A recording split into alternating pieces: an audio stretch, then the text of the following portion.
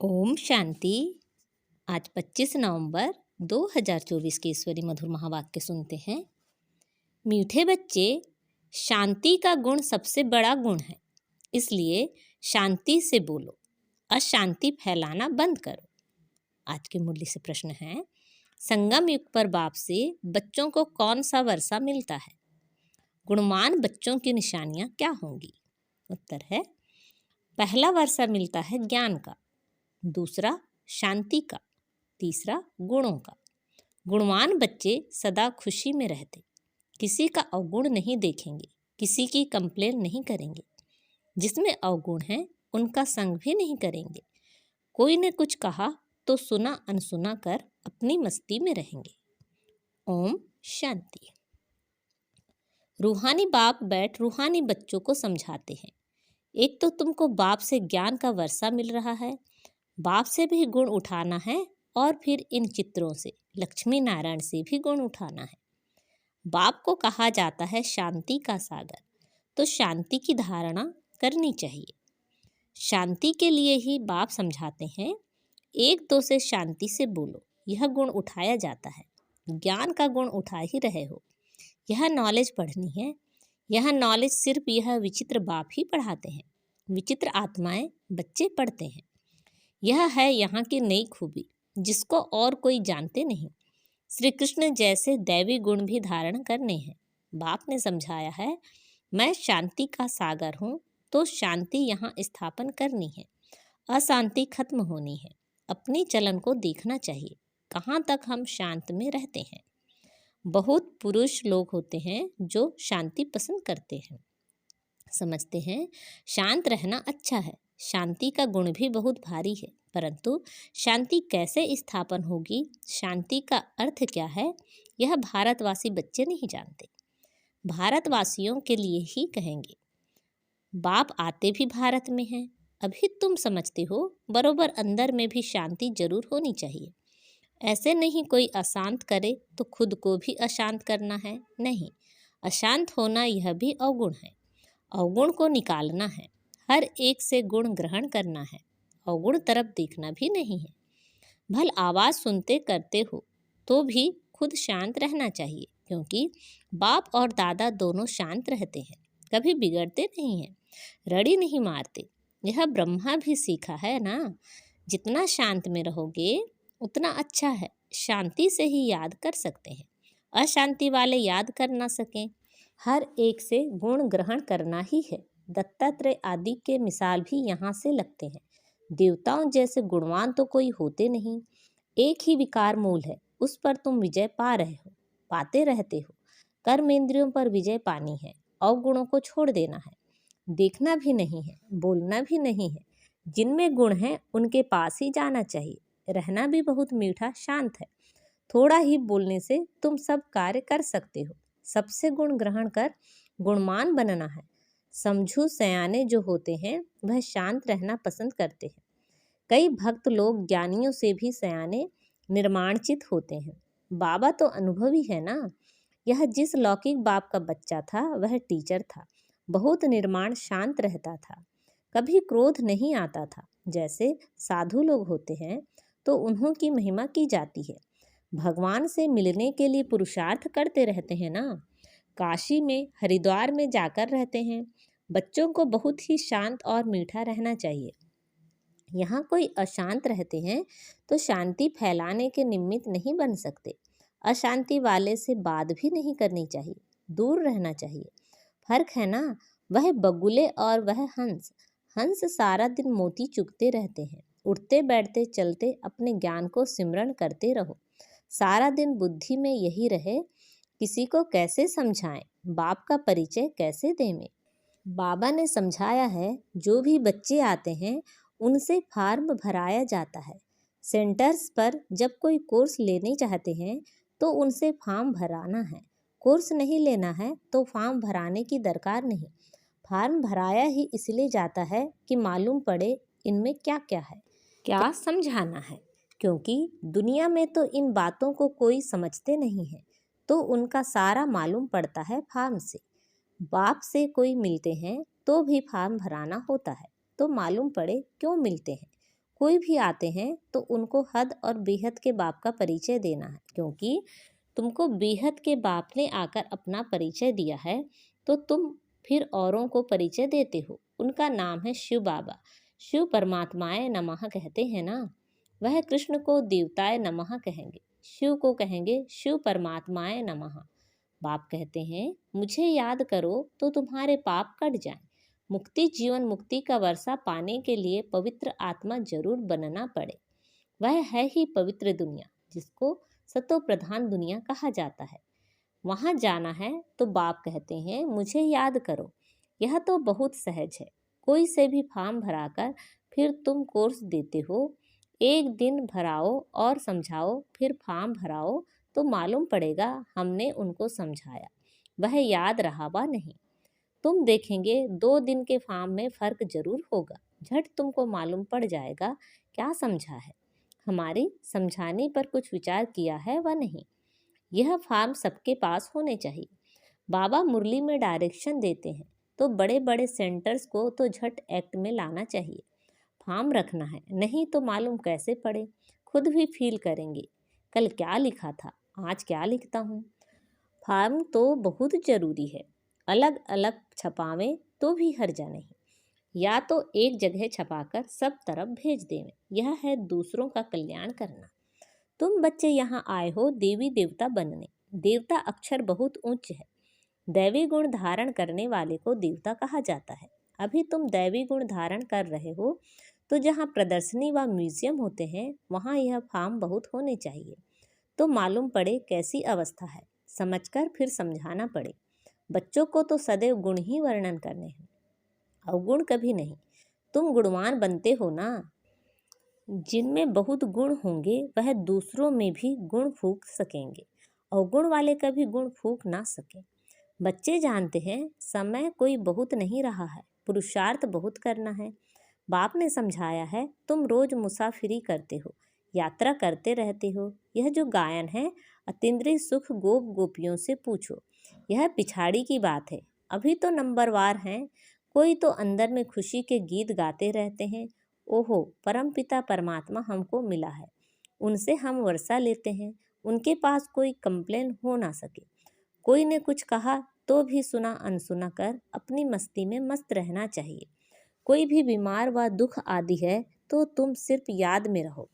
यह हिसाब किताब अभी ही चुकतू करना है, फिर तो तुम 21 जन्म फूल बनते हो, वहाँ दुख की बात ही नहीं होगी। गाया जाता है खुशी जैसी खुराक नहीं, फिर सुस्ती आदि सब उड़ जाती है। इसमें तो यह है सच्ची खुशी, वह है झूठी। धन मिला जेवर मिला तो खुश होंगे, यह है बेहद की बात। तुमको तो अथाह खुशी में रहना चाहिए। जानते हो हम 21 जन्मों के लिए सदा सुखी रहेंगे, इसे स्मृति में रहो। हम क्या बनते हैं, बाबा कहने से ही दुख दूर हो जाने चाहिए। यह तो 21 जन्मों की खुशी है। अब बाकी थोड़े दिन हैं, हम जाते हैं अपने सुख धाम, फिर और कुछ भी याद ना रहे। यह बाबा अपना अनुभव सुनाते हैं। कितने समाचार आते हैं, खिटखिट चलती है। बाबा को कोई बात का दुख थोड़े ही होता है। सुना यह अच्छा है, भावी है, यह तो कुछ भी नहीं है। हम तो कारून के खजाने वाले बनते हैं। अपने से बात करने से ही खुशी होती है। बड़ा शांत में रहते हैं, उनका चेहरा भी बहुत खुशनुमा रहेगा। स्कॉलरशिप आदि मिलती है तो चेहरा कितना हर्षित रहता है। तुम भी पुरुषार्थ कर रहे हो इन लक्ष्मी नारायण जैसा हर्षित मुख होने के लिए। इनमें ज्ञान तो नहीं है, तुमको तो ज्ञान भी है, तो खुशी रहनी चाहिए, हर्षितपना भी होना चाहिए। इन देवताओं से तुम बहुत उच्च हो। ज्ञान सागर बाप हमको कितना उच्च ज्ञान देते हैं। अविनाशी ज्ञान रत्नों की लॉटरी मिल रही है तो कितना खुश रहना चाहिए। यह तुम्हारा जन्म हीरे जैसा गाया जाता है। नॉलेजफुल बाप को ही कहा जाता है, इन देवताओं को नहीं।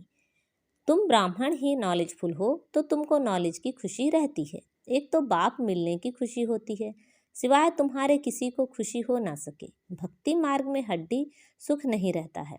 भक्ति का मार्ग है आर्टिफिशियल, अल्पकाल का सुख। उनका तो नाम ही है स्वर्ग, सुखधाम, हेवन। वहाँ अपार सुख, यहाँ अपार दुख। अभी बच्चों को मालूम पड़ता है। रावण राज्य में हम कितना छी छी बने हैं, आहिस्ते आहिस्ते नीचे उतरते आए हैं। यह है ही विषय सागर। अब बाप इस विष के सागर से निकाल तुमको क्षीर सागर में ले जाते हैं। बच्चों को यहाँ मीठा बहुत लगता है, फिर भूल जाने से क्या अवस्था हो जाती है। बाप कितना खुशी का पारा चढ़ाते हैं। इस ज्ञान अमृत का भी गायन है। ज्ञान अमृत का गिलास पीते रहना है। यहाँ तुमको बहुत अच्छा नशा चढ़ता है, फिर बाहर जाने से वह नशा कम हो जाता है। बाप खुद फील करते हैं। यहाँ बच्चों को अच्छी फीलिंग आती है। हम अपने घर जाते हैं। हम बाबा की श्रीमत पर राजधानी स्थापन कर रहे हैं। हम बड़े वारियर्स हैं। यह सब बुद्धि में नॉलेज है जिससे तुम इतना पद पाते हो। पढ़ाते देखो कौन है? बेहद का बाप एकदम बदला देते हैं।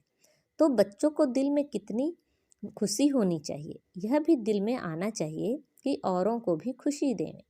रावण का है श्राप और बाप का मिलता है वर्षा। रावण के श्राप से तुम कितने दुखी और शांत बने हो। बहुत गोप भी हैं जिनकी दिल होती है सर्विस करें, परंतु कलश माताओं को मिलता है। शक्ति दल है ना, वंदे मातरम गाया जाता है, साथ में वंदे पितरम तो है ही, परंतु नाम माताओं का है। पहले लक्ष्मी फिर नारायण, पहले सीता पीछे राम। यहाँ पहले मेल का नाम फिर स्त्री का लिखते हैं। यह भी खेल है ना। बाप समझाते तो सब कुछ है, भक्ति मार्ग का राज भी समझाते हैं। भक्ति में क्या क्या होता है। जब तक ज्ञान नहीं है तो पता थोड़े ही पड़ता है। अभी तुम सबका कैरेक्टर सुधरता है, तुम्हारा दैवी कैरेक्टर बन रहा है। 5 विकारों से आसुरी कैरेक्टर हो जाता है। कितनी चेंज होती है। तो चेंज में आना चाहिए ना। शरीर छूट जाए फिर थोड़े ही चेंज हो सकेंगे। बाप में ताकत है, कितने में चेंज लाते हैं। कई बच्चे अपने अनुभव सुनाते हैं। हम बहुत कामी शराबी थे, हमारे में बड़ी चेंज हुई है। अभी हम बहुत प्रेम से रहते हैं। प्रेम के आंसू भी आ जाते हैं। बाप समझाते तो बहुत हैं, परंतु यह सब बातें भूल जाती हैं। नहीं तो खुशी का पारा चढ़ा रहे। हम बहुतों का कल्याण करें। मनुष्य बहुत दुखी हैं, उनको रास्ता बतावें। समझाने के लिए भी कितनी मेहनत करनी पड़ती है, गाली भी खानी पड़ती है। पहले से ही आवाज है, यह सबको भाई बहन बना देते हैं। अरे भाई बहन का संबंध तो अच्छा है ना। तुम आत्माएं तो भाई भाई हो, परंतु फिर भी जन्म जन्मांतर की दृष्टि जो पक्की हुई है वह टूटती नहीं है। बाबा पास तो बहुत समाचार आते हैं। बाप समझाते हैं, इस छीछी दुनिया से तुम बच्चों की दिल हट जाना चाहिए, गुलगुल बनना चाहिए। कितने ज्ञान सुनकर भी भूल जाते हैं, सारा ज्ञान उड़ जाता है। काम महाशत्रु है ना। बाबा तो बहुत अनुभवी है। इस विकार के पिछाड़ी राजाओं ने अपनी राजाई गवाई। काम बहुत खराब है, सब कहते भी हैं। बाबा यह बहुत कड़ा दुश्मन है। बाप कहते हैं, काम को जीतने से तुम विश्व का मालिक बनेंगे, परंतु काम विकार ऐसा कड़ा है जो प्रतिज्ञा करके फिर गिर पड़ते हैं। बहुत मुश्किल से कोई सुधरते हैं। इस समय सारी दुनिया का कैरेक्टर बिगड़ा हुआ है। पावन दुनिया कब थी, कैसे बनी, इन्होंने राज्य भाग्य कैसे पाया, कभी कोई बता ना सके। आगे समय आएगा, तुम लोग विलायत आदि में भी जाएंगे, वह भी सुनेंगे। पैराडाइज कैसे स्थापन होता है, तुम्हारी बुद्धि में यह सब बातें अच्छी रीति हैं। तो अब तुम्हें यही लात और तात रहनी चाहिए, यह सब बातें भूल जानी चाहिए। अच्छा, मीठे मीठे से खिलते बच्चों प्रति माता पिता बाप दादा का याद प्यार और गुड मॉर्निंग। रूहानी बाप की रूहानी बच्चों को नमस्ते। हम सब रूहानी बच्चों की रूहानी माता पिता बाप दादा को याद प्यार गुड मॉर्निंग और नमस्ते। आज की मुरली से धारणा के लिए मुख्य सार हैं, उठते बैठते चलते ज्ञान का सिमरण कर, मोती चुगने वाला हंस बनो। सबसे गुण ग्रहण करने हैं, एक दूसरे में गुण ही फूकने हैं। अपना चेहरा सदा खुशनुमा रखने के लिए अपने आप से बातें करनी है। ओहो, हम तो कारून के खजाने के मालिक बनते हैं। ज्ञान सागर बाप द्वारा हमें ज्ञान रत्नों की लॉटरी मिल रही है। आज बाबा ने हमें वरदान दिया है, अपने टाइटल की स्मृति के साथ समर्थ स्थिति बनाने वाले सोमानधारी भव। अपने टाइटल की स्मृति के साथ समर्थ स्थिति बनाने वाले सोमानधारी भव। संगम युग पर स्वयं बाप अपने बच्चों को श्रेष्ठ टाइटल देते हैं, तो उसी रूहानी नशे में रहो। जैसा टाइटल याद आए वैसी समर्थ स्थिति बनती जाए। जैसे आपका टाइटल है स्वदर्शन चक्रधारी, तो यह स्मृति आते ही परदर्शन समाप्त हो जाए। स्वदर्शन के आगे माया का गला कट जाए। महावीर हूँ यह टाइटल याद आए तो स्थिति अचल अडोल बन जाए। तो टाइटल की स्मृति के साथ साथ समर्थ स्थिति बनाओ, तब कहेंगे श्रेष्ठ स्वमानधारी। आज का स्लोगन है, भटकती हुई आत्माओं की चाहना पूर्ण करने के लिए परखने की शक्ति को बढ़ाओ। भटकती हुई आत्माओं की चाहना पूर्ण करने के लिए परखने की शक्ति को बढ़ाओ। अच्छा, ओम शांति।